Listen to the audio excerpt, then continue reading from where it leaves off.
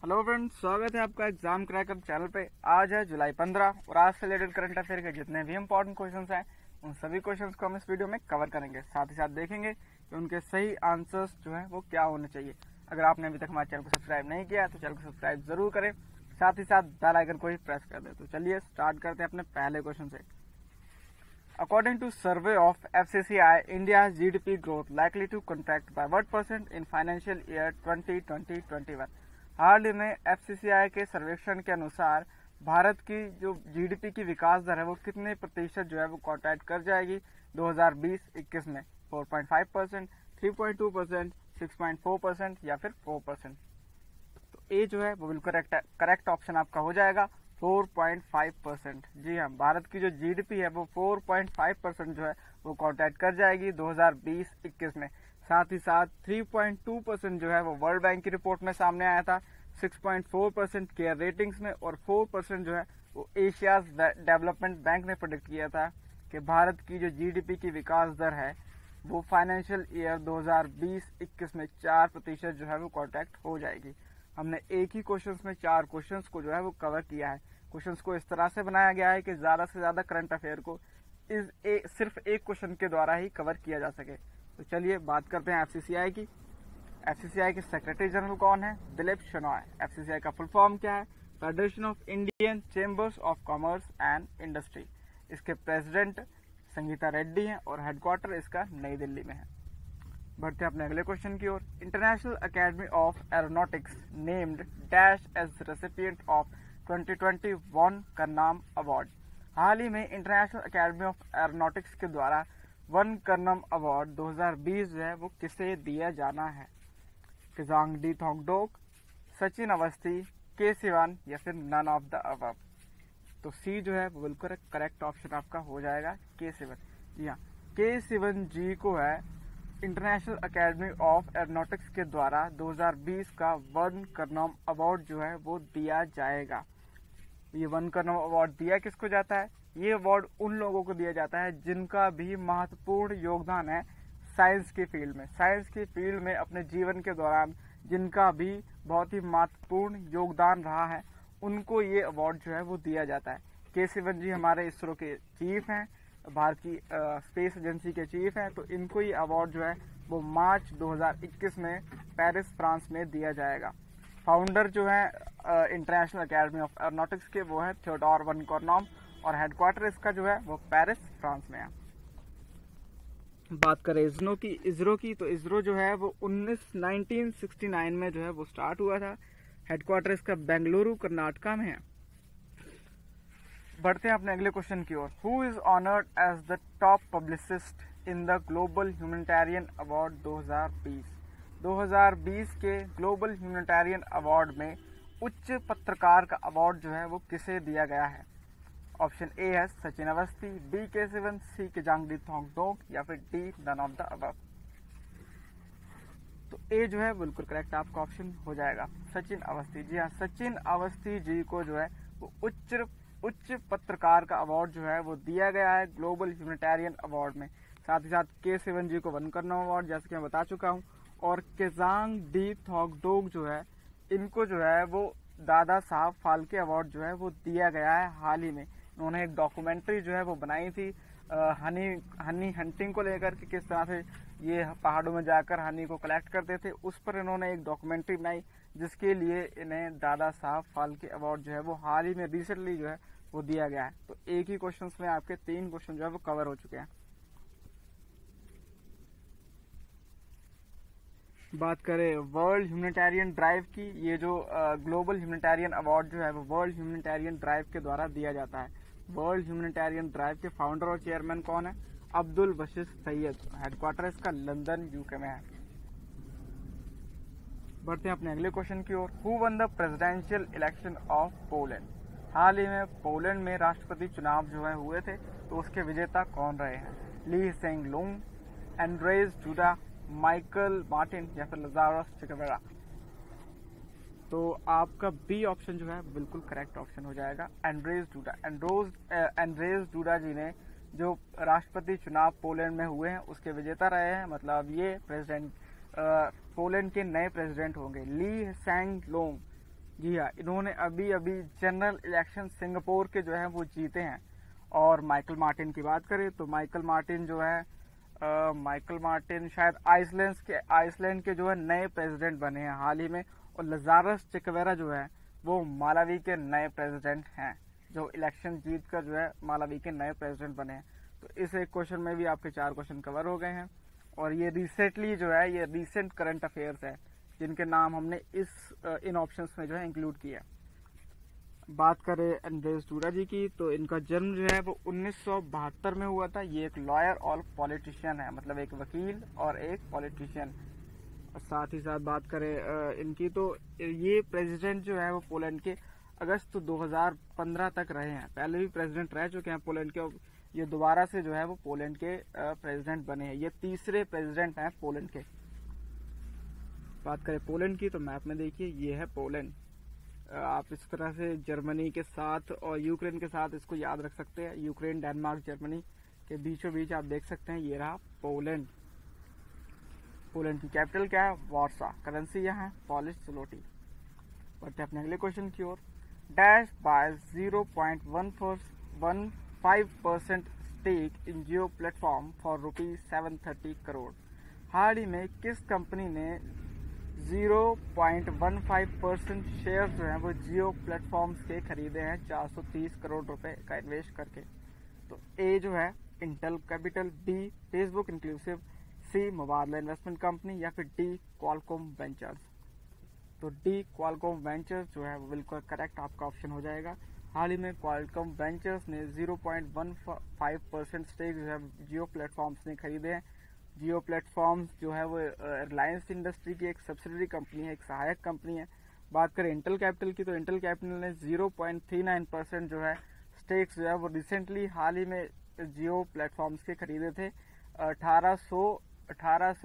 1800 plus crore रुपए का invest करके। साथ ही साथ फेसबुक की बात करें तो फेसबुक जो है वो 9.99% जो है वो शेयर होल्डर है जियो प्लेटफॉर्म में। बात करें क्वालकॉम वेंचर्स की तो क्वालकॉम वेंचर्स एक चिप मेकिंग यूएस की कंपनी है जिसने 730 करोड़ रुपए का निवेश जो है वो जियो प्लेटफॉर्म्स में किया है। साथ ही साथ जियो प्लेटफॉर्म्स में ये जो है वो 13वीं जो है वो डील साइन हुई है। इसके साथ साथ जियो प्लेटफॉर्म्स में अब तक जो है 1,18,000 करोड़ से भी ज्यादा का फॉरेन इन्वेस्टमेंट जो है वो आ चुका है। बात करें क्वालकॉम वेंचर्स की तो क्वालकॉम वेंचर्स जो है ये शुरुआत इसकी 2000 में हुई थी। हेडक्वार्टर इसका सैन डिएगो कैलिफोर्निया यूएस में है। और साथ ही साथ बात करें अगर जियो की तो जियो एक सब्सिडरी कंपनी है रिलायंस की, एक सहायक कंपनी है रिलायंस की, जिसके फाउंडर जो है वो मुकेश अंबानी जी हैं। और 2019 में ये कंपनी जो है वो स्टार्ट हुई थी। बढ़ते अपने अगले क्वेश्चन की ओर। Who won the Styrian Grand Prix in Spielberg? Spielberg Austria में जो स्टीरियन ग्रैंड प्रिक्स हुई है उसके विजेता कौन रहे हैं? Lewis Hamilton, Michael Schumacher, Ayrton Senna, या फिर सेबेस्टियन वेटल।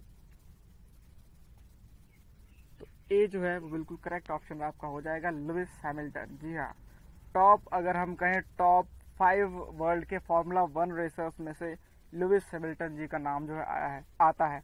और लुइस हैमिल्टन जी ने हाल ही में स्टीरियन ग्रैंड प्रिक्स जो स्पेलबर्ग ऑस्ट्रिया में हुई है उसके ये विजेता रहे हैं। अब सवाल ये उठता है कि ग्रैंड प्रिक्स होता क्या है? Grand prix is basically motorcycles और कार्स की जो एक रेस की सीरीज होती है, एक श्रृंखला होती है, उसको ग्रैंड प्रिक्स कहा जाता है। नॉर्मली बाइक्स की या फिर फार्मूला 1 की जो सीरीज होती है उसी को ग्रैंड प्रिक्स कहा जाता है। तो ये जो ग्रैंड प्रिक्स है, ये जो सीरीज है वो स्पेलबर्ग ऑस्ट्रिया में हुई थी जिसके विजेता लुइस हैमिल्टन हैं। बात करें माइकल शूमाकर की, आर्यन सेना और सेबेस्टियन वेटल, ये टॉप फार्मूला 1 रेसर्स हैं वर्ल्ड के। ये आप जो साइड में फोटो देख रहे हैं वो हैं लुइस हैमिल्टन। बढ़ते हैं अपने अगले क्वेश्चन की ओर। Padma Shri awardee Nagin Das Sanghvi passed away at 100। He was a dash. हाल ही में पद्मश्री से सम्मानित नागिन दास सांघवी जी का निधन जो है 100 वर्ष की आयु में हुआ है। वह एक क्या थे? आपको ये बताना है। जर्नलिस्ट, पत्रकार, राइटर, लेखक, कॉलमिस्ट या कॉलमिस्ट एंड पॉलिटिकल एनालिस्ट, या फिर D all of the above. तो तो डी जो है वो बिल्कुल करेक्ट आपका ऑप्शन रहेगा, ऑल ऑफ द अबव। जी हाँ, वो एक journalist, writer, columnist and political analyst थे। तो आप कह सकते हैं कि वो एक ऑलराउंडर थे जिनका हाल ही में 100 वर्ष की आयु में जो है वो निधन हुआ है। इनको जो है वो श्रेष्ठ सम्मान से भी सम्मानित किया गया था 2017 में। साथ ही साथ इनकी जन्म की बात करें तो इनका जन्म जो है वो बर्मा म्यांमार में 1920 में जो है हुआ था। बात करें म्यांमार की तो ये आप जो मैप में देख सकते हैं ये है म्यांमार। म्यांमार की कैपिटल क्या है? नेपितो। करेंसी यहाँ की म्यांमार कैथ है और प्रेसिडेंट यहाँ के यू विन मिंट है। बढ़ते अपने अगले क्वेश्चन की ओर। Recently Malala day 2020 celebrated on. हाल ही में मलाला दिवस 2020 जो है वो किस तिथि को मनाया गया? 11 जुलाई, 12 जुलाई, 13 जुलाई या फिर 14 जुलाई? तो बी जो है आपका करेक्ट ऑप्शन रहेगा 12 जुलाई। जी 12 जुलाई को जो है मलाला दिवस 2020 जो है मनाया गया है।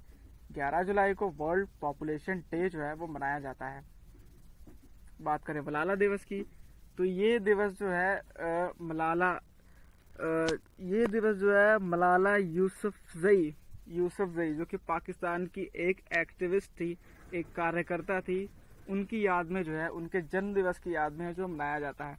वह सबसे कम उम्र की नोबेल प्राइज विजेता रही हैं, तो इसीलिए उनके जन्म दिवस की याद में इस दिन को जो है वो मनाया जाता है। और ये दिन मनाया किसके द्वारा जाता है? यूनाइटेड नेशंस के द्वारा। सेक्रेटरी जनरल कौन है यूनाइटेड नेशंस के? Antonio Guterres. और हेडक्वार्टर्स का न्यूयॉर्क यूएस में है। बढ़ते हैं अपने अगले क्वेश्चन की ओर। डैश टू लॉन्च रोको टोको कैंपेन। हाल ही में रोको टोको कैंपेन जो है वो किसके द्वारा चलाई जाएगी? महाराष्ट्र, राजस्थान, केरला या फिर मध्य प्रदेश?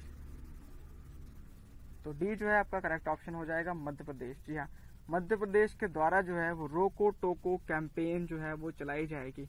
इस कैंपेन के दौरान ये चेक किया जाएगा कि सभी जो वहाँ के लोग हैं वो मास्क पहने हुए होने चाहिए। अगर वो मास्क नहीं पहनेंगे तो उन पर जो है वो फाइन लगेगा। साथ ही साथ पब्लिक एरियाज में तो मैंडेटरी कर दिया जाएगा कि मास्क जो है वो पहनना अनिवार्य हो जाएगा। बात करें मध्य प्रदेश की तो मध्य प्रदेश मैप में देखिए ये है, भारत के बीचों बीच जो है एमपी स्टेट स्थित है। मध्य प्रदेश कैपिटल की बात करें तो कैपिटल यहाँ की भोपाल है। साथ ही साथ मध्य प्रदेश में किल कोरोना नाम का कैंपेन जो है वो चलाया गया था। इसके तहत डॉक्टर जो है वो घर घर जाके लोगों के कोरोना टेस्ट कंडक्ट कर रहे थे। साथ ही साथ आनंदीबेन पटेल को, जो कि यूपी की गवर्नर हैं, उनको एमपी के गवर्नर का कार्यभार भी दिया गया था, क्योंकि लालजी टंडन जी जो है वो काफी टाइम से हॉस्पिटल में भर्ती थे, उनकी सेहत कुछ ठीक नहीं थी। साथ ही साथ एशिया का जो सबसे बड़ा सोलर पावर प्लांट है उसका उद्घाटन जो है नरेंद्र मोदी जी के द्वारा रीवा में किया गया। रीवा जो है वो एमपी में स्थित है और उसका उद्घाटन नरेंद्र मोदी हमारे पीएम जी के द्वारा किया गया। साथ ही साथ एमपी कोविड रिस्पांस ऐप जो है वो भी एमपी में लॉन्च किया गया था। बात करें नेशनल पार्क की तो Kanha National Park, Bandhavgarh National Park, Pench National Park, Panna National Park और भी काफी सारे पार्क जो है वो मध्य प्रदेश में फेमस हैं। साथ ही साथ मध्य प्रदेश के चीफ मिनिस्टर की बात करें तो शिवराज सिंह चौहान जो है वो यहाँ के चीफ मिनिस्टर हैं। कैपिटल भोपाल है और गवर्नर जो है वो आनंदीबेन पटेल नहीं, लालजी टंडन है। गवर्नर लालजी टंडन है। आनंदीबेन पटेल जो है वो सिर्फ कुछ टाइम के लिए मध्य प्रदेश की गवर्नर के रूप में उनको नियुक्त किया गया था। बढ़ते अपने क्वेश्चन नंबर 10 की ओर। Jack Charlton, England's former World Cup winner, passed away at 85. He was related to. हाल ही में जैक शार्ल्टन जो कि इंग्लैंड के वर्ल्ड कप विनर रह चुके हैं, उनका निधन 85 वर्ष की आयु में हो गया है। आपको ये बताना है कि वो इनमें से किससे संबंध रखते थे? क्रिकेट, बास्केटबॉल, फुटबॉल या फिर हॉकी? तो सी जो है आपका करेक्ट ऑप्शन हो जाएगा फुटबॉल। जी हाँ, वो एक फुटबॉलर थे, इंग्लैंड के एक बहुत ही फेमस फुटबॉलर थे जिनका निधन जो है वो हाल ही में हो गया है। बात करें चलिए अपने अगले क्वेश्चन की ओर बढ़ते हैं। Question number 11। Who is the author of the book titled A Song of India? हाल ही में अ सॉन्ग ऑफ इंडिया नाम की बुक जो है वो किसके द्वारा लिखी गई है? ऑथर कौन है इसके? A Ruskin Bond, B R C Bhargava, C Urjit Patel, D A K Sri Kumar and Rupa Sri Kumar. हाल ही में अ सॉन्ग ऑफ इंडिया के लेखक कौन है?